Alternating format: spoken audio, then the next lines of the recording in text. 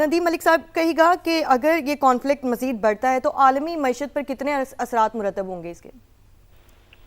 دیکھیے، پہلے تو یہ امید رکھنی چاہیے کہ یہ سلسلہ چلتا رہے گا. آصف درانی صاحب کا تجزیہ صحیح ہے، یہ بات چیت کا سلسلہ ٹوٹا نہیں ہے. دونوں نے تجاویز ایکسچینج کی ہیں، لیکن ان تجاویز کے اوپر اتفاق رائے نہیں ہے. دوسری سائڈ نے مانا نہیں ہے.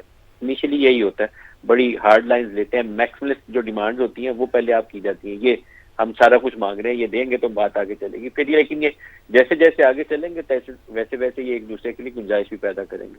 اور اگر یہ ٹوٹنے کا تاثر تقویت پکڑتا ہے، اگر یہ اسٹرانگ ہو جائے کہ نہیں کمپلیٹ آئسولیشن ہو گیا، ڈسکنیکٹ ہو گیا، کوئی رابطہ رہا نہیں آپس میں، تو پھر تو گلوبل مارکیٹ دوبارہ وہ ان ڈیٹیل اسپن ہوگی. آئل پرائسز ایک دم سے اوپر جائیں گی، انفلیشنری پریشرز آئیں گے اور وہ دنیا ساری ایک دفعہ پھر ہل جائے گی.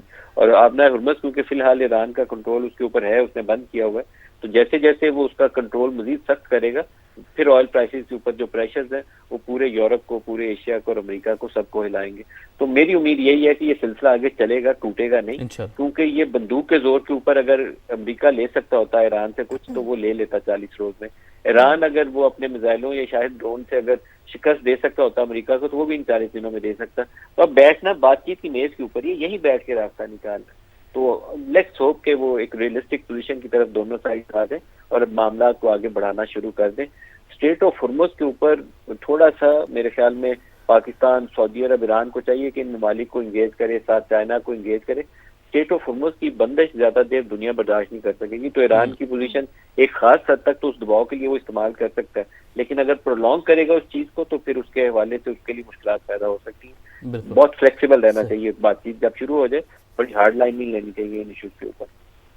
ٹھیک ہے ندیم ملک صاحب، بہت شکریہ، آپ نے اپنا وقت نکالا. دفاعی تجزیہ کار عابد لطیف صاحب بھی ہمارے ساتھ انہوں نے جوائن کیا بھی ہمیں، لیکن ان سے پہلے بات کرتے ہیں خالد چشتی صاحب. خالد صاحب بہت شکریہ آپ کے وقت کے لیے. اب آپ کیا دیکھتے ہیں مذاکرات جو ہے وہ پہلا مرحلہ، ہم اس کو یہ نہیں کہہ سکتے کہ ناکام رہا، مزید بات چیت، کیونکہ جے ڈی وینس نے بھی یہ کہا کہ امید ابھی باقی ہے، اور جو ایرانی وفد ہے اور وہ بھی یہی کہہ رہے ہیں کہ ابھی جو ہے امید پہلے ہی ملاقات میں نہیں کی جا سکتی تھی کہ معاملات جو ہیں وہ پہلے ہی سیٹنگ میں حل ہو جائیں. 47 سالہ معاملات چلتے چلے آ رہے ہیں. تو اب آپ معاملات کو آگے کس طریقے سے بڑھتا ہوا دیکھ رہے ہیں؟ اگلی نشست ہوگی یا بات چیت کا عمل کیسے آگے بڑھے گا؟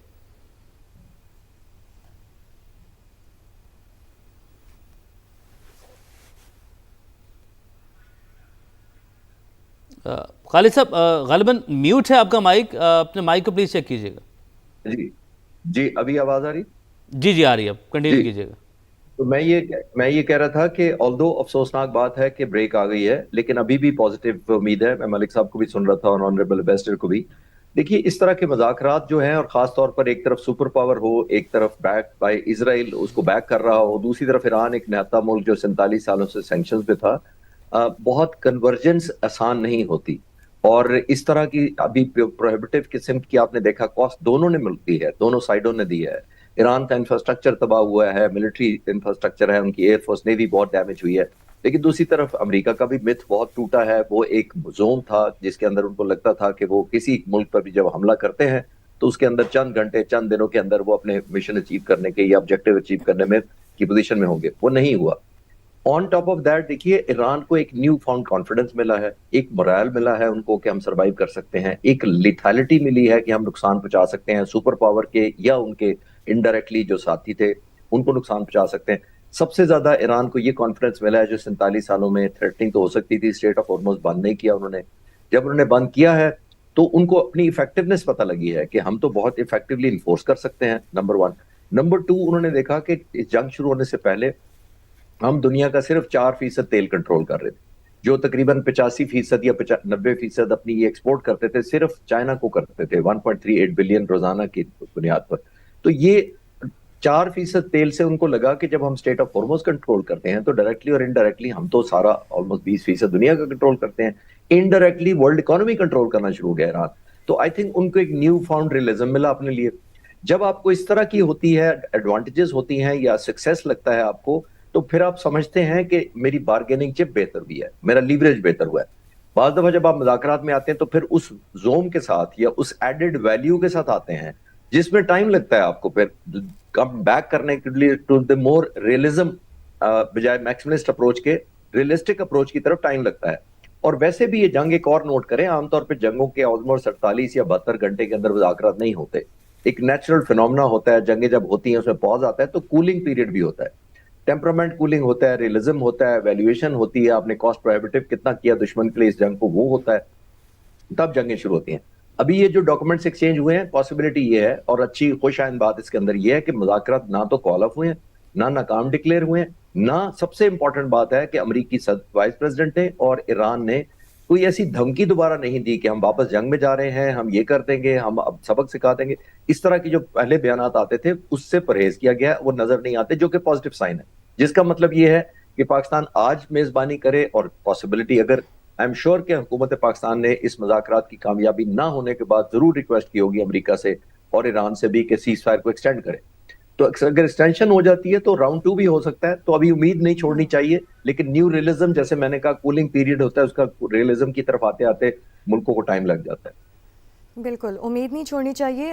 اسلام آباد مذاکرات اہم مرحلے میں داخل ہو چکے ہیں. کوموڈور ریٹائرڈ خالد چشتی صاحب آپ ہمارے ساتھ ہی موجود رہیے گا. دفاعی تجزیہ کار عابد لطیف صاحب بھی ہمارے ساتھ موجود ہیں. سر بہت شکریہ آپ کے وقت کا. کہیے گا کل سے اب تک جو کچھ ہوا, امریکہ ایران مذاکرات کسی نتیجہ ختم نہیں ہوئے. امریکہ نے ایسا لگ رہا تھا کہ وہ سب کچھ مانگا جو جنگ کے دوران وہ حاصل نہ کر سکے. امریکہ کے حد سے زیادہ مطالبات بھی ہمیں دیکھنے میں آئے.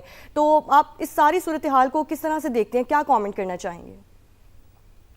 جی دیکھیں, جو سب سے خوش آئند بات یہ ہے کہ ٹھیک ہے مذاکرات میں بریک تھرو نہیں ہوا, لیکن بریک ڈاؤن بھی نہیں ہوا.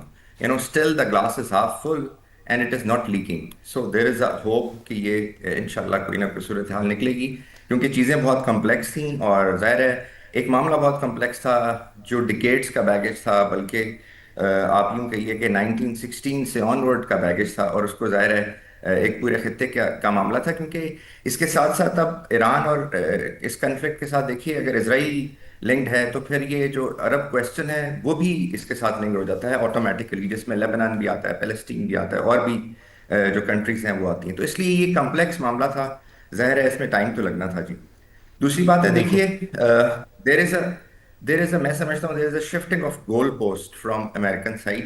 کیونکہ پہلے وہ انہوں نے کہا تھا کہ جی آپ جو ہے انریچمنٹ وہ ایک لیول تک آپ کریں تو ایران کو کوئی اعتراض نہیں ہوگا. یہی چیز آئی ہے یہ کہ تھرو جو نیگوسیشنز ہوئی تھیں, لانگ نیگوسیشنز, جس کے بعد JCPO سائن ہوا تھا, اس میں بھی کہی گئی تھی, بلکہ اس میں تو بہت ساری سن سیٹ کلازز تھیں کہ 3 سال کے بعد ایران یہ کر سکتا ہے, 7 سال کے بعد اس کو یہ اجازت ہوگی, 2030 کے بعد اس کو اتنی انریچمنٹ کی اجازت ہوگی, 35-37 کے بعد اس کو مزید اس کی اجازت ہوگی. سو ان کا مطلب JCPO کا مقصد یہ تھا کہ جی ہم ایران کے اندر بقول ان کے رسپانسبل بیہیویئر انڈیوس کر رہے ہیں, تو انہوں نے اس کا ٹائم دیا تھا. لیکن all together sign post change کر کے یہ کہنا کہ جی آپ جو نیوکلیئر ٹیکنالوجی ہے وہی نہیں رکھ سکتے, آپ اس پہ بات نہیں ہوگی, آپ اس کو رول بیک کریں, تو آئی تھنک یہ بہت میں سمجھوں گا کہ یہ بہت ایک طرح سے سخت قسم کا یہ پوائنٹ ہے. کیونکہ ایران نے کہا ہے کہ جی ایران نے, تو آپ کو پتہ ہے کہ علی خامنہئی صاحب کا فتویٰ ہے 2003 کا کہ نیوکلیئر ویپن رکھنا, اس کی ٹیکنالوجی حاصل کرنا یا اس کا استعمال جو ہے وہ اسلام میں اس کی اجازت نہیں ہے, اور ایران کہتا بھی یہ رہا ہے. تو آئی تھنک اس وجہ سے میں سمجھتا ہوں تھوڑا سا ڈیڈ لاک آیا جی. اور دوسری چیز جیسے ایمبیسڈر صاحب کہہ رہے تھے وہ بہت امپورٹنٹ ہے جی. جو اسٹیٹ آف ہرمز ہے اس نے جو امریکن ڈومیننس ہے, خالی امریکہ کو اس کانفلکٹ میں نہیں, امریکن ڈومیننس کو چیک میٹ کر دیا ہے. کیونکہ دیکھیں جب بھی ایک ورلڈ پاور ہوتی ہے, امریکہ ابھی تک دنیا کو یونیپولر سمجھ رہا ہے, اسی لیے وہ جہاں دل کرتا ہے وہ جس طرح کی اسٹیٹمنٹ ٹرمپ صاحب دے دیتے ہیں, ایگریشن بھی کر لیتے ہیں. تو اس میں اس آرکیٹیکچر کے نیچے جو ہے جی کنٹرول آن آپ کہہ لیجیے the commerce and financial capital of the world ہوتا ہے. تو وہ اگر اسٹیٹ آف ہرمز پہ ایران کا کنٹرول ہو جاتا ہے, اور اس کی ریپرکشن یہ ہوگی کہ ظاہر ہے پھر ایک تو ایران کی مرضی سے سارا کچھ ہوگا, پلس پھر ایران جو پہلے کہہ چکا ہے ظاہر ہے اینیموسٹی تو ہے, تو پھر وہ ڈالرائزیشن یہاں پہ کچھ تھوڑا سا وینش ہوتی بھی نظر آئے گی, اس کی جگہ دوسری کرنسیز آ جائیں گی. تو امریکہ کا جو پورا ایک فائنینشیل آرکیٹیکچر ہے جو اسی جیو پولیٹیکل آرکیٹیکچر کے نیچے ہے, وہ کولیپس ہوتا ہوا نظر آئے گا اس کو.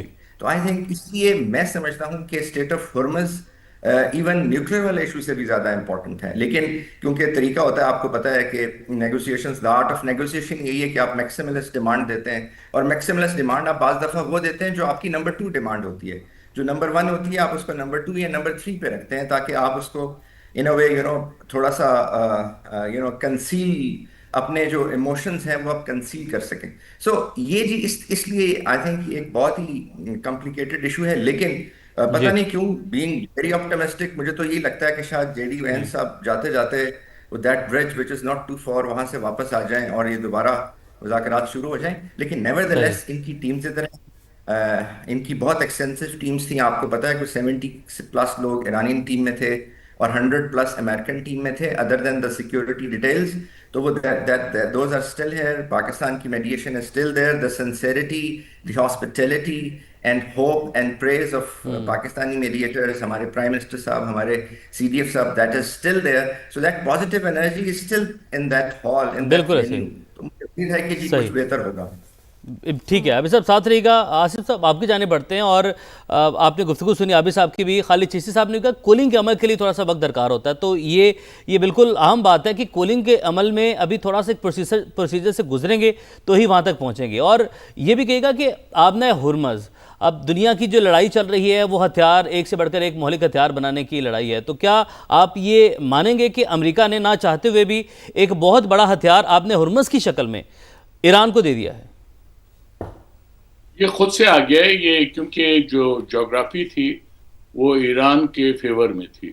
بالکل. تو وہاں کے اندر جغرافی کا بہت بڑا رول ہوتا ہے, اور ایران کو وہ اس کا فائدہ ملا جو کہ نہ اسرائیل کو حاصل ہے اور نہ امریکہ کو حاصل ہے, اور بلکہ یہ آئندہ کے لیے بھی یہ امریکہ اور اسرائیل کے لیے ایک مسئلہ بنا رہے گا. تو لہٰذا بہتر یہی ہے کہ ان ایشوز کو مذاکرات کے ذریعے حل کیا جائے.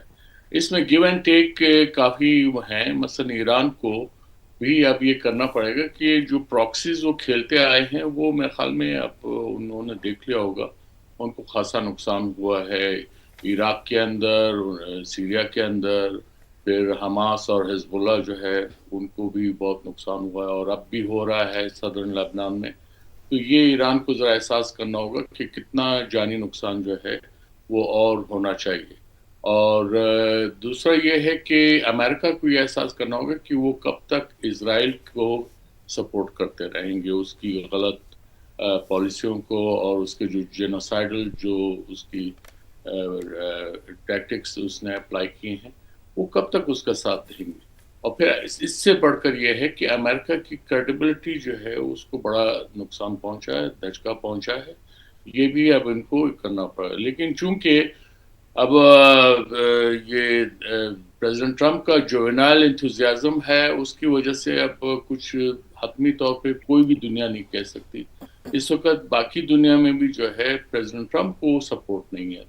پریزیڈنٹ ٹرمپ کو سپورٹ نہ ہونے کا مطلب یہ پورا امریکہ جو ہے وہ اس کو دھچکا لگے گا, اس کی پالیسیز کو, اس کی جو امیج ہے ایز اے سپر پاور اس کو لگے گا. اس میں پھر ڈر یہ ہو جاتا ہے کہ کہیں یہ کوئی ایسا قدم نہ اٹھا لیں جو پھر آئندہ رہتی نسلوں کے لیے نقصان دہ ثابت ہو.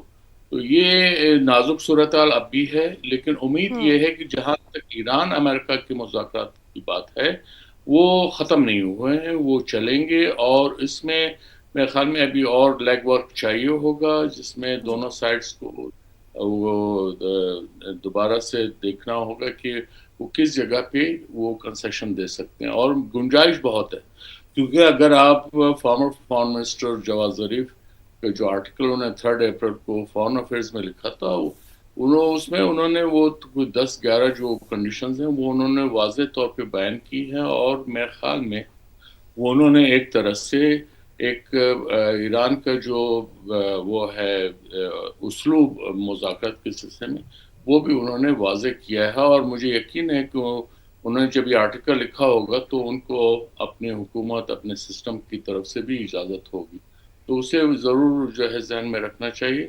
اور اس میں یہ جو نیوکلیر ایشو کی بات جے ڈی وانس کر رہے ہیں وہ تو جواز ظریف بڑے کلیئرلی کہہ چکے ہیں کہ ہم جو ہے وہ اس پہ مناپلی بھی نہیں چاہتے.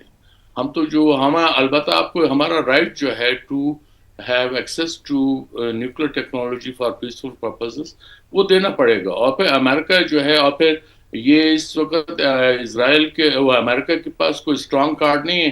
وہ ان سے یہ سوال کرے کہ اسرائیل جو ہے وہ انڈکلیئرڈ نیوکلیر ویپن اسٹیٹ ہے, اس کے بارے میں وہ خاموش کیوں ہیں. تو یہ دے کی ناٹ چیری پک. اور پھر یہ کہ بہت یعنی پچھلے 4 ڈیکیڈ سے